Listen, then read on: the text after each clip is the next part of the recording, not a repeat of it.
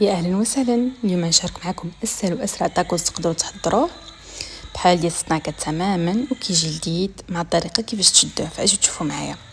غادي تحتاجوا بطاطا اللي قشرتها وقطعتها على الشكل هذا بحال الفريت.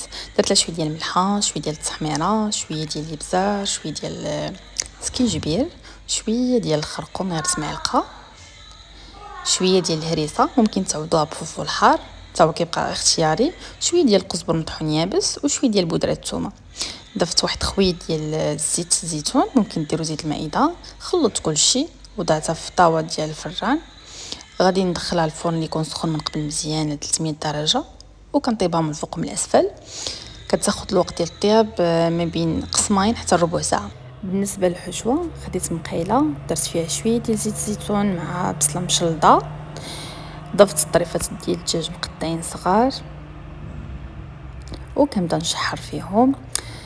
ضفت شويه ديال الثومه مهروسه، عندي هنا واحد 3 درويسات سنينات هو هذاك. شويه ديال الملحه، شويه ديال الابزار، شويه ديال السكينجبير وشويه ديال القزبر مطحون يابس. واخر حاجه كنضيف شويه ديال الزعتر محكوك وصافي. كنبقى نشحر فيهم حتى كيطيبوا وكتكون الحشوه ديالنا واجده. بالنسبه للفريت من بعد ما طاب شوفوا كيجي معايا، راه كيجي صحي وناشف من الزيت، ما كياخذ لكم زيت بزاف كما كتعرفوا دابا الزيت راه غلات وصافي. بالنسبه للخبز التاكوس كندهنها بشويه ديال صوص الجيريان، الا بغيتوا الطريقه ديال صوص الجيريان ولا ديال التاكوس خليوها عليا لتحت. وكنضيف الدجاج مع البصله اللي شحرت، كنحاول نقدوه مع هكا شويه. كنزيد الفريت اللي قديت معاكم.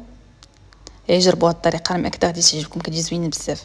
كنضيف الفرomاج ديال لي ساندويتش، ممكن تضيفوه ممكن لا، كتبقى اضافه اختياريه.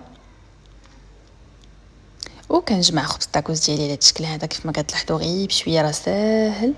غير عطيوه الخاطر وما تعصبوش معاه. نتوما كتجمعوا من التحت كتحاولوا تدخلوه لداخل وكنطويو الطرف على هاد الشكل هذا. الجهه الاخرى ايضا كنجمعوا الجوانب على هاد الشكل هذا وكنطويو. وها نتوما راه هو كيفاش تجمع معايا، راه ساهل غير بالحيله. وصافي كنديهم بريسيون من الجهتين حتى كيتحمروا. وقدمتهم مع شويه ديال صوص الجيريان. وهذا الشيء اللي كاين بالصحه والراحه. ما تنساوش تعملوا لايك وتشتركوا في القناه، ورمضان كريم بسلامه.